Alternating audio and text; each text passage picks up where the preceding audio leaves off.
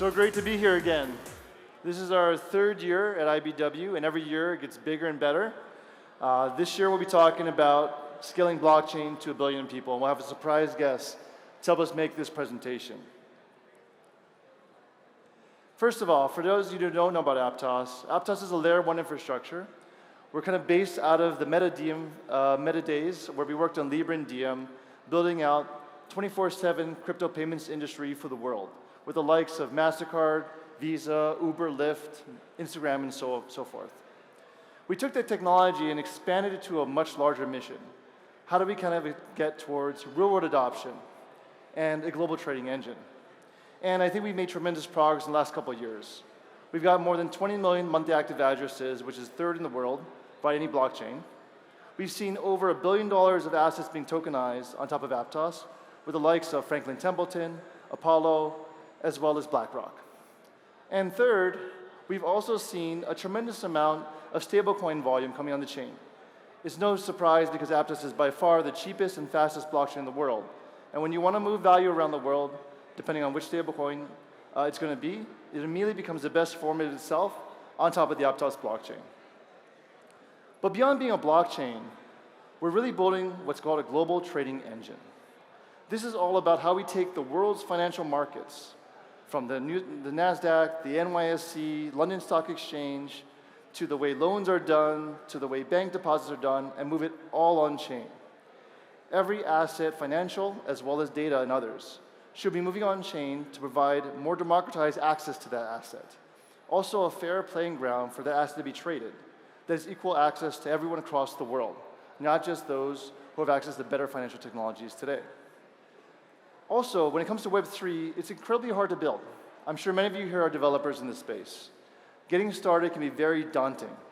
How do I get accessing APIs, RPCs? How do I start to program in a new contract language, whether it's going to be Solidity or Move or others? We built a product called Gyomi, which is designed to make your ideation to production extremely fast and efficient. You don't have to get started with anything, really. You can start with no-code, vibe coding from the very beginning for your ideas around web UIs, as well as smart contracts coding. We have the APIs as well for no-code indexing, just drawing a couple connections, accessing certain fields, and providing that infrastructure for you out of the box. From a product perspective, we have a couple core theses in the space. One is that trading is the most important aspect for all blockchains out there. And that's why we built Decibel. It's the first fully on-chain, decentralized spot and perps DEX that matches the performance of what Binance, Coinbase, and other exchanges can do. But it's composable. It's fair. And if you remember the events of October 10th, when the crypto market went crazy and nobody knew what was happening, if it was done on-chain, you'd see when liquidity was pulled. You'd see when the liquidations happened. All those rules are being coded on smart contracts platforms, which is the right way for finance to operate. And going beyond trading, we think about data and value and AI as a new asset class. And that's where Shelby comes in. Shelby is a project that we've been partnering alongside Jump Crypto to build it. And so for those of you not familiar with Jump Crypto, they're one of the largest builders in all the crypto ecosystem today. They built out Wormhole, Pith, as well as Firedancer. And Shelby is designed to not just be for cold storage or for hot storage or for kind of CDN use cases. It is designed to support the entire life cycle of data within your warehouse. From AI workloads to creator workloads to more generic enterprise workloads, Shelby is going to be cheaper as well as more cloud resilient. Some of you have probably seen the outages that happened with Azure and with AWS and GCP in the last year. Many businesses went down. When you use Shelby, a decentralized infrastructure, not only are you going to save money because the egress fees are cheaper, you're not subject to the same kind of cloud failures that have existed in the past. And this is a tremendous differentiator than anything else that's out there, not just in crypto, but in the traditional cloud enterprises as well. The other product we've been thinking a lot hard about is what we call namespaces. How do we expand the Web3 infrastructure to be bigger and better than before? You may have seen Stripe building their own chain, Tempo. You might have seen Circle building Arc. These are massive investments that cost maybe hundreds of millions of dollars. And we're going to see a lot more corporations, as well as governments and other entities, starting to build out new infrastructure for this space. But it's fragmented, it's expensive, it's risky, And for any business that's not their core competency, this is not the right product to be built. And so what we've started to do is take that Aptos tech, which has been well adopted by many other chains, whether it's our work in parallelization with block STM, whether it's to move language, whether it's our state-of-the-art consensus protocols, and start to expand the infrastructure to support their use cases and their needs. And we've provided a way for this to be very customized toward your use case, whether it's going to be extremely low latency, it's going to be something that requires certain types of privacy aspects or certain kind of infrastructure. All this can be built, and we're working alongside a number of partners in this space to make this a reality of how you expand from just one network to a large infrastructure that can support not just a segment of Web3, but the entire internet population of more than 5 billion users. We've also seen the world's really building alongside us in this space. All the major stables are on Aptos, from USDT, USDC, USDE, PYUSD, USD1, as well as many others, are all on top of Aptos natively issued. And it's no surprise because money moves faster and better on top of Aptos. The transaction fees are literally less than 1/100th of a cent, and the finality is going to happen in under half a second with 70 millisecond block times, which is more than 5 times faster than Solana. And the largest brands are building alongside us. We're seeing partners like NBC Universal building on new creator products for their studios alongside us. We've seen Lotte, who's the largest South Korean retailer in the world, starting to innovate with vouchers that are issued to millions of people. And we've also seen brands like Avery deploying their protocol on top of Aptos, where it becomes immediately the best place to borrow lend on any place in the world. And there's another part we'd love to talk about today. We've been working very closely alongside many players within the Indian ecosystem. And I think the one that needs no introduction, but we want to introduce here coming on the stage, is Shankar of Jio. So let's give a warm round of applause for Shankar. Good to see you again, Avery. Good to see you, buddy. All right, let's get seated.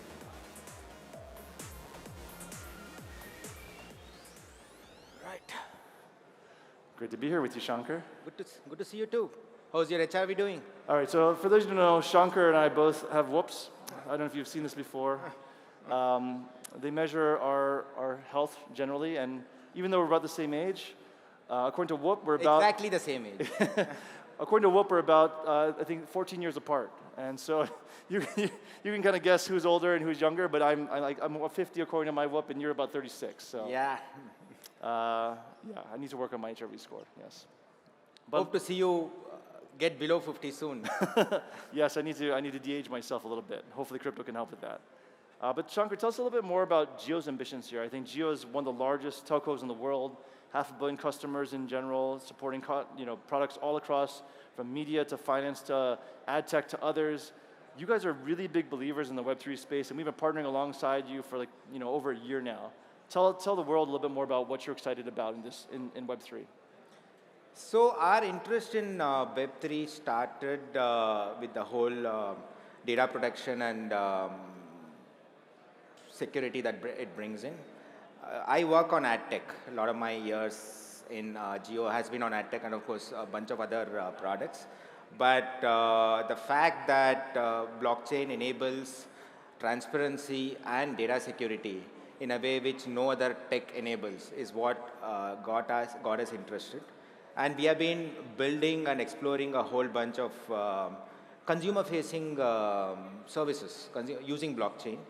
And of course, with the new data protection law that has become a law just last week or a couple of weeks back, while it's been in the works for a long time, but it gives a lot more control to consumers on how their data is used, how their data is protected, how they can erase the data, etc. Today, I'm talking from ad tech perspective, ad tech is not built for that. It's not just, none of the platforms in the world, right? While yes, deliveries at scale, we are talking about billions of ads getting delivered in a day, but how do you give that total protection?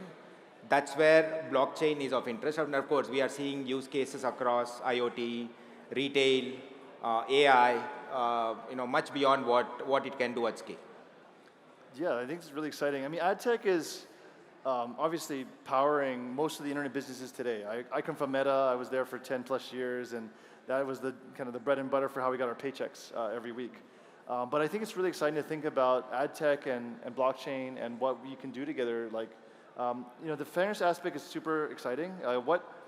where do you see blockchain really helping here? Like what trend, like how does it improve the consumer experience or the advertiser experience that's worth the investment into this? So the way I look at it today, right, and what started our conversation a few months back, and I'll come to Shelby specifically. Uh, Look, we do, anything we do it at India scale, population scale. We are talking about millions and millions of users, for example, watching cricket live, right? And there are millions of ad impressions getting fired. And today, the ad tech is all programmatic. There are a whole bunch of supply, there's a whole bunch of demand coming from different ad agencies, there are a whole bunch of exchanges, SSPs, DSPs, all in the way, right? And there is a fraud. Today, if as a brand, if somebody is spending $1 million or $100,000, what is the ROI here? Can the data be totally trusted in terms of what a brand gets? Could be from an agency, it could be from a middleman, whatever, right? How trustable is it? Unfortunately, today there's a whole lot of fraud in the whole programmatic ad space, and that's where I believe blockchain can play a huge role.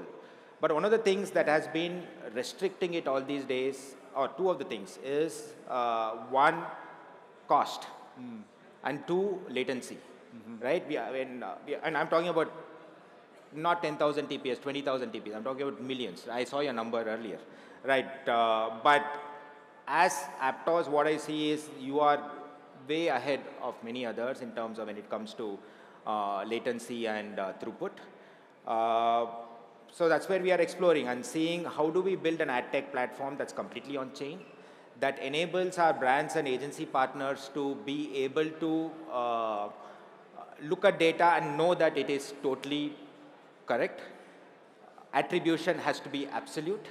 You don't need a third-party tracker. You don't need to rely on other mechanisms to measure.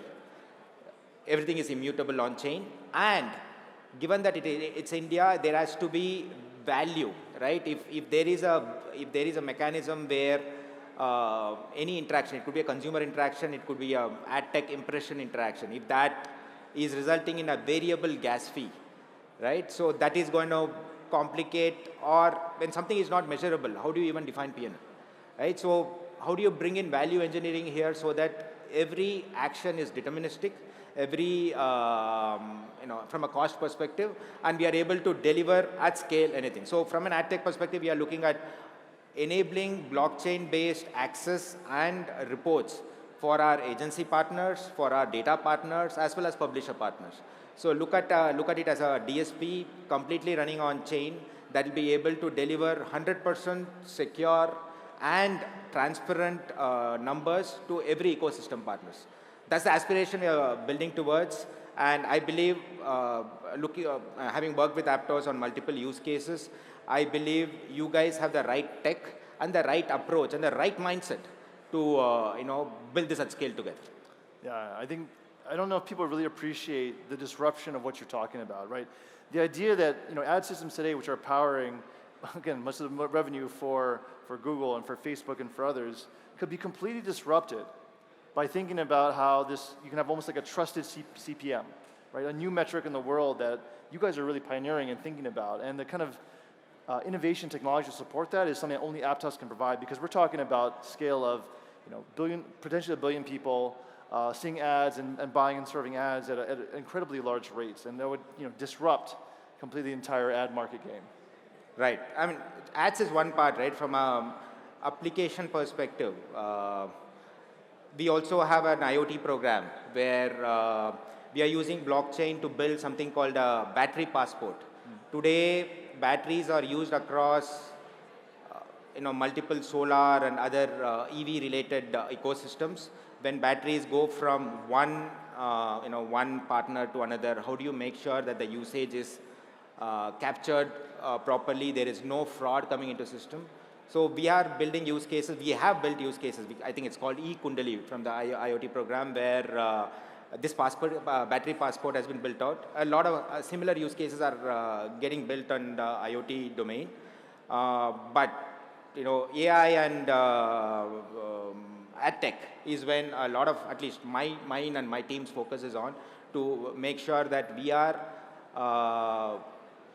using the technology to make sure that customers see value. Everybody benefits out of it. We have built a rewards platform that enables consumers to earn for engagement, but that is just the tip of the iceberg.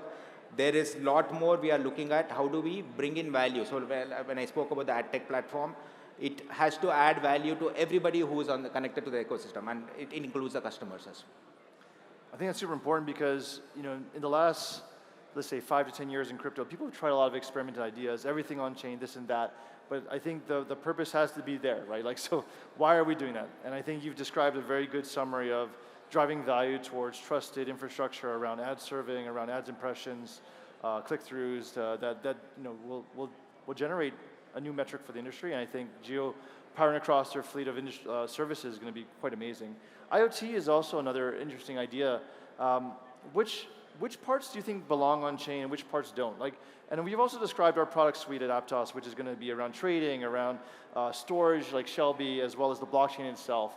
You know, which pieces, how do you kind of figure out which pieces fit where from your perspective? See, at least from an ad tech perspective, I see Shelby fitting in, given that you are able to handle data at scale. And of course, it's built on Aptos, right? The chain plus Shelby, but the team is understanding namespace and other products that you have as well. And I'm sure, you know, if not, there'd be some business within Reliance which would be interested in that. Yeah, I mean, we built those technologies to scale to the world's largest problems and challenges, and I think these are the perfect example of where they will fit extremely well. Sure.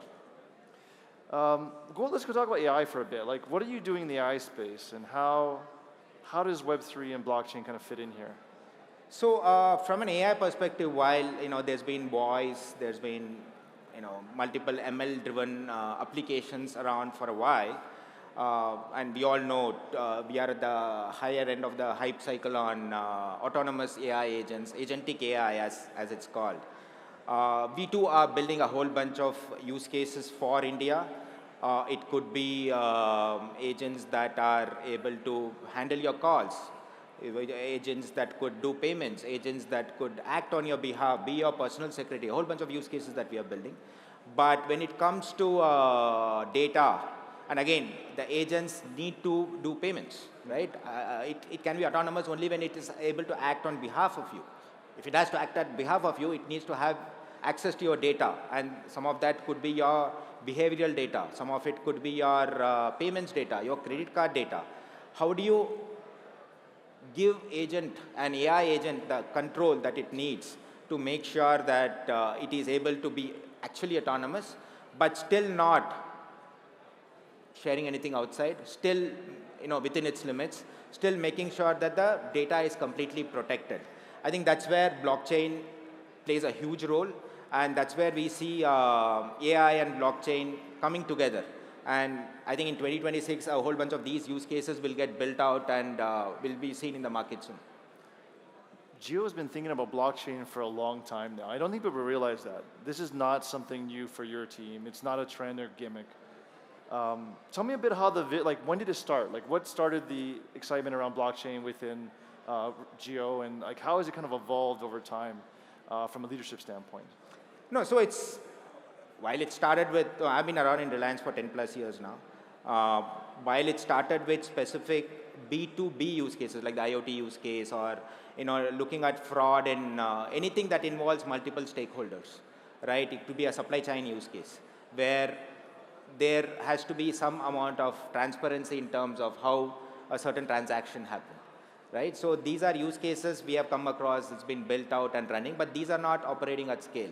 So where we see it growing bigger is how do we impact consumers? How do we get it to a consumer's hand? And consumer need not know that it is, it's running on chain.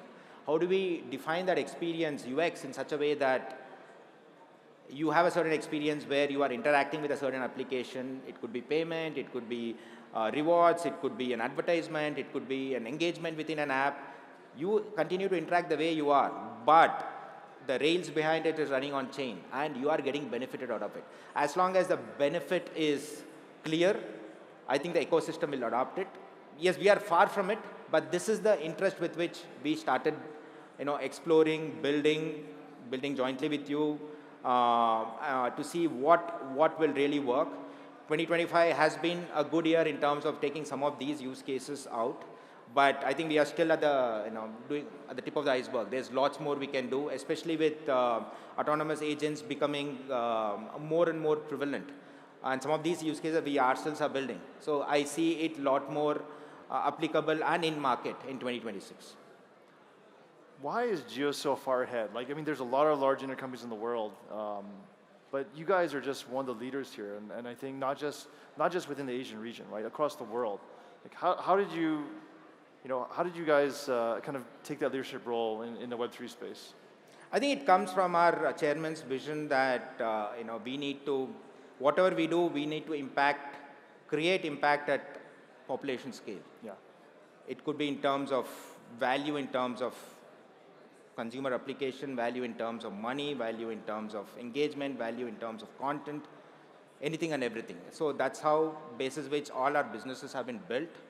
And we being part of the technology space, and the same ethos carries forward, and that's how we are building it. There's been a lot of experimentation, I think, has happened in the past as well, right? Before you kind of started working with Aptos. How did you come to, tell people a little bit how you kind of met us, like how the story goes, why Aptos, what gets you excited about it, or its set of products around it? No, I'll answer that, but before that, what excites you to work with Geo? What is the... Throwing it back at me, I love it. The easiest answer, though, here is just the scale, right? We built this product for billions of people at Meta and the world, thinking about that global payments engine, and a global trading engine is what we've evolved it into. And I think Geo's scale is really kind of unmatched in the industry around having a clear vision and a clear goal around what blockchain can do for your product suite rather than the other way around. People are thinking about why does, getting excited about MySQL as opposed to getting excited about the Facebook product makes no sense. But I think the way your approach it, you've taken it towards, we're trying to solve a particular problem in ads tech around fairness and transparency. We're trying to solve a problem around data provenance with IoT, or thinking about rewards programs and how they can be transferred across many different platforms and products. Like that to us gets us really, really excited about it, because we're solving real problems. We're really enabling democratization of products across the industry and reaching not just like a small number of customers in crypto today. Maybe there's 20, 30 million customers in crypto. We want to reach the world. And I think that's something that is very excited about Geo. Thanks for that. But yeah, from my perspective, like I mentioned earlier as well, while we have been exploring the tech, the biggest standout for us is from Aptos is the scale that you are able to support, the latency that you are able to promise, and because this is critical to do anything at India scale. But there are still challenges that we need to jointly solve. Like I mentioned earlier, how do we make sure that from a consumer perspective, there is deterministic pricing associated, or can the application itself absorb the pricing in a deterministic way so that the consumer is not impacted?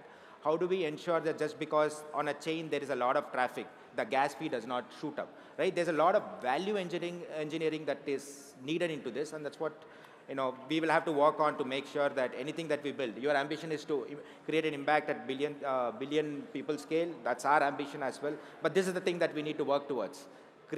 Do value engineering to make sure that everything is deterministic, and you can create impact, give the right kinds of consumer experience across different, it could be NCCS 1 to NCCS 8. It could be, India, there could be guy on the street, at least from a Geo perspective, right? There are, I think, 50 million or more users who are using a feature phone, right? At the same time, we have millions and millions of users who are using phones that are really top end, right? We have a wide spectrum of users. How do you create impact across this entire ecosystem and not just one particular type of people, right? That's the value engineering that we need to bring in. Happy to work together to solve it together. This is the perfect thing to work on, right? In the crypto Web3 space, I mean, it's really about democratization. Like you said, some people got the latest iPhone, some people are working on phones that are 10 years old, flip phones, right? And how do we kind of make sure that the same advantages of these platforms and products are going to be brought to all those parties across the world? And something we're excited to work on because of our scale, because of our technology. When you talk about the scale, always gets our army of 20 plus PhDs super excited. They're always like, we get to solve the challenges that no one else can solve, and it drives us to support millions of transactions per second. It drives us to support bringing block times down to sub 10 milliseconds and beyond, and even the namespace technology, right? You brought up a great question about the gas fees. Today's Aptos fees are by far the cheapest, but when you throw a scale that hasn't been seen in crypto before, to the order of tens or hundreds or thousands of times larger, we aren't sure what's going to happen, right? I think that's where the namespace technology provides you a lot of assurance that that's going to provide you the isolated infrastructure that you can kind of play with and push to the full limits of what is possible. And if one namespace doesn't work, you can spread to another namespace after that. So there's just really a plethora of options here, from the base technology of the chain being really good to the namespace technology to supporting even larger use cases. So we're always excited to work alongside you guys. Happy to understand and collaborate there. Yeah, absolutely. Maybe another question that's obviously hot on people's minds is around the notion of stablecoins, right? Stablecoins are taking off across the world. Obviously in US, we've got so many. Now we're seeing this kind of emerge in Japan, in Korea, in the Philippines, and other markets of the world, because people find this a very convenient way of getting rid of cash to some degree. Obviously, India's got great infrastructure with UPI, but tell us a little bit about your thoughts on how stablecoins could evolve in this market and what role Jio might want to play here. Sure, we are definitely interested to know more, studying and understanding how we can play a role in stablecoin. We understand how